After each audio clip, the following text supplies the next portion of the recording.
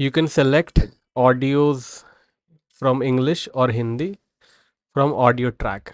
It is in settings. अस्सलाम वालेकुम, good morning. आप सबका मेरे चैनल पे वापस से स्वागत है। 3310 के आसपास गोल्ड जाके बंद हुआ है। एक इंटरेस्टिंग वीक था। एक इंटरेस्टिंग वीक शुरू जब हुआ था, गोल्ड प्राइसेस शुरुआत हुई थी $3290 के आसपास से $3400 तक जो है थर्सडे को चला गया था। $110 की गेन्स थी फ्राइडे से पहले तक गोल्ड के पास। But Donald Trump ji again आए रेस्क्यू के लिए मार्केट को, और जब उन्होंने बताया कि चाइना के साथ उनकी बात हुई है and the matter could be sorted very soon, उसकी वजह से गोल्ड में थोड़ा सा अनसर्टेनिटी जो है इकोनॉमी में या मार्केट में या वर्ल्ड की जियोपॉलिटिकल टेंशन्स में, उसमें एक बहुत बड़ा हिस्सा टैरिफ वॉर और यूएस चाइना की राइवलरी का है। फाइनेंशियल राइवलरी से कह सकते हैं या ट्रेड राइवलरी कह सकते हैं। तो जब थर्सडे को अनाउंस हुआ कि चाइनास की और यूएस के प्रेसिडेंट की बात हुई है and the matter could be sorted, उसके बाद गोल्ड प्राइसेस ने नीचे का रुख किया और ज़बरदस्त सेलिंग दी। $3400 से लेके $3310 दे एक डेढ़ दिन के अंदर ही $100 से ज़्यादा का क्रैक दे दिया। इनफैक्ट सिर्फ फ्राइडे को ही गोल्ड प्राइसेस ने ज़बरदस्त क्रैक दिया। मेन इशू गोल्ड के साथ ये है कि गोल्ड डेटा की जगह स्टेटमेंट्स को फॉलो कर रहा है। हमारी हम काफ़ी टाइम से इस बात को डिस्कस कर रहे हैं कि जब से डोनाल्ड ट्रंप प्रेसिडेंट बने हैं तब से मार्केट डेटा को कम और स्टेटमेंट्स को ज़्यादा वैल्यू दे रही है। दिक्कत यह है कि इतनी ज़्यादा अनसर्टेनिटी है, इतने ज़्यादा फैक्टर्स हैं गोल्ड प्राइसेस के पास बढ़ने के लिए कि कोई भी गोल्ड जिस दिन उसका मन करता है फॉलो कर लेता है। कभी रशिया यूक्रेन का वॉर फॉलो कर लेता है, कभी इसराइल हमास का वॉर फॉलो कर लेता है, कभी यूएस के टैरिफ्स, कभी यूएस चाइना का स्टेटमेंट्स ऊपर नीचे। बहुत ज़्यादा फैक्टर हैं। फ्राइडे को एक और फैक्टर हमें देखने को मिला, फ्राइडे या फिर थर्सडे कह सकते हैं, कि यूएस प्रेसिडेंट के जो बेस्ट फ्रेंड रिसेंटली जो बेस्ट फ्रेंड बने थे इलॉन मस्क, उनसे पब्लिकली एक काइंड ऑफ आर्ग्यूमेंट और एक टाइप का ब्रेकअप ही कह सकते हैं। बट उसमें अभी कुछ ज़्यादा डेवलपमेंट हुआ नहीं है, सिर्फ स्टेटमेंट्स ही हैं। अगर कुछ एक्शन होगा that would be a very very very bad sign for US, because US की जो स्टेबिलिटी है, यूएस की जो एक ब्रांड है, वो काफ़ी ऑलरेडी जो है इंजर हो चुकी है बिकॉज ऑफ फ्लिप फ्लॉप्स। अब अगर और ज़्यादा कुछ होता है that would be really brutal for US की इमेज। बाकी कुछ भी रहेगा तो मैं अपने टेलीग्राम के चैनल और व्हाट्सएप चैनल पे आपको बता ही दूंगा। दोनों का लिंक डिस्क्रिप्शन में है। पेड सर्विसेज की जानकारी भी आप मेरी टीम से ले सकते हो, नंबर डिस्क्रिप्शन में है। तो सारी जानकारी डिस्क्रिप्शन में है। इस वीडियो को लाइक करने के बाद एक बार डिस्क्रिप्शन चेक कर लीजिएगा, और अगर आपने अभी तक सब्सक्राइब नहीं किया है तो क्या कर रहे हैं आप, सब्सक्राइब कीजिए और बेल आइकन दबाइए ताकि आपको रोज़ के मेरे वीडियो मिल पाए। बाकी जो भी स्टेटमेंट्स आते हैं, डेटा आता है, मैं अपडेट आपको करता ही रहता हूँ। तो देयर इज़ दैट 3310 के आसपास गोल्ड प्राइसेस ने क्लोजिंग दी है।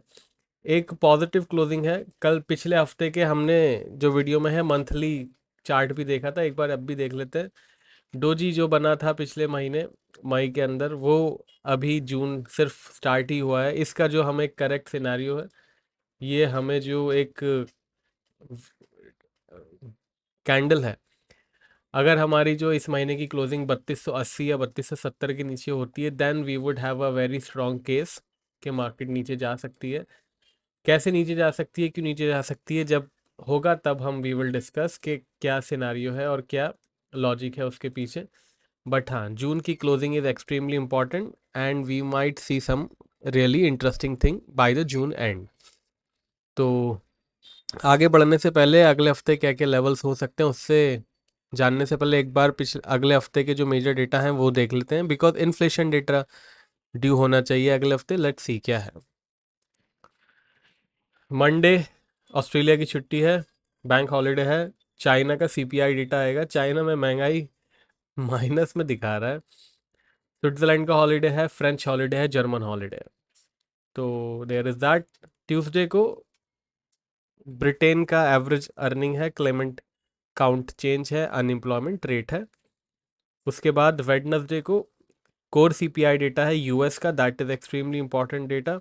सीपीआई है, सीपीआई ईयरली है। उसके बाद थर्सडे कोर पीपीआई डेटा है। पीपीआई बोले तो प्रोड्यूसर प्राइस इंडेक्स, हमारे यहाँ इसे होलसेल इन्फ्लेशन भी कहते हैं। अनएम्प्लॉयमेंट क्लेम्स है।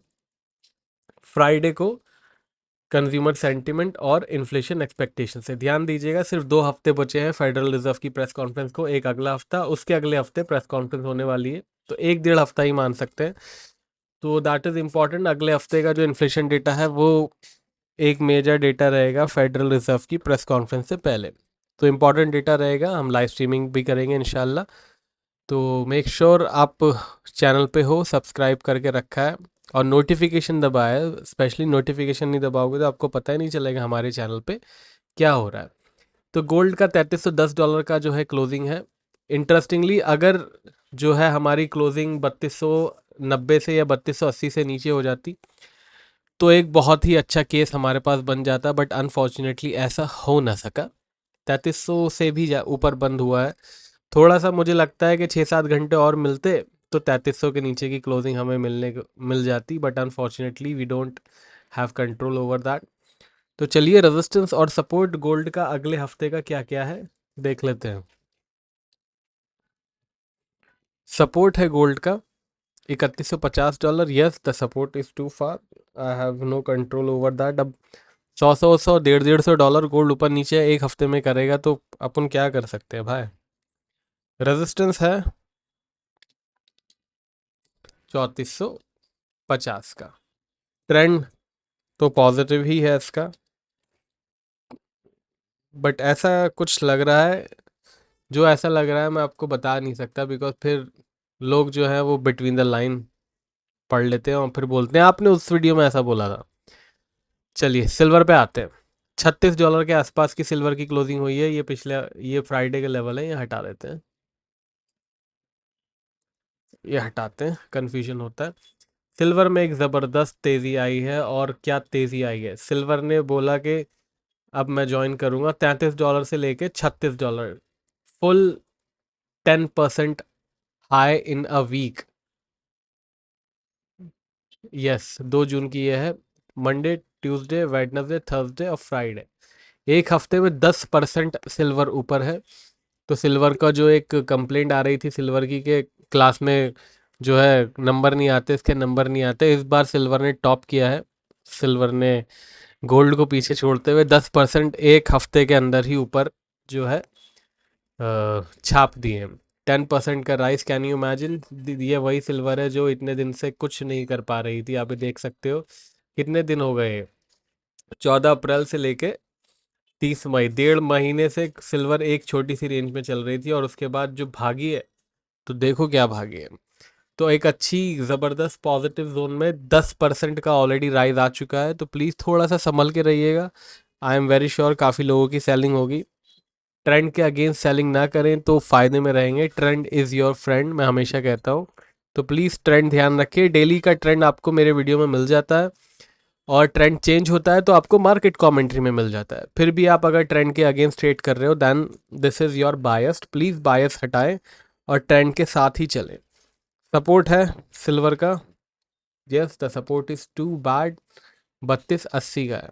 कांट हेल्प इट, जब 10% एक दिन में जाएगी, एक हफ्ते में जाएगी, तो 10% का सपोर्ट भी आएगा। रेजिस्टेंस है $38.30 का। ट्रेंड है पॉजिटिव, तो रखिएगा ख्याल। क्रूड ऑयल पे चलते हैं। $65 के आसपास की क्रूड ऑयल ने क्लोजिंग दी है, ये हटा देता हूँ मैं।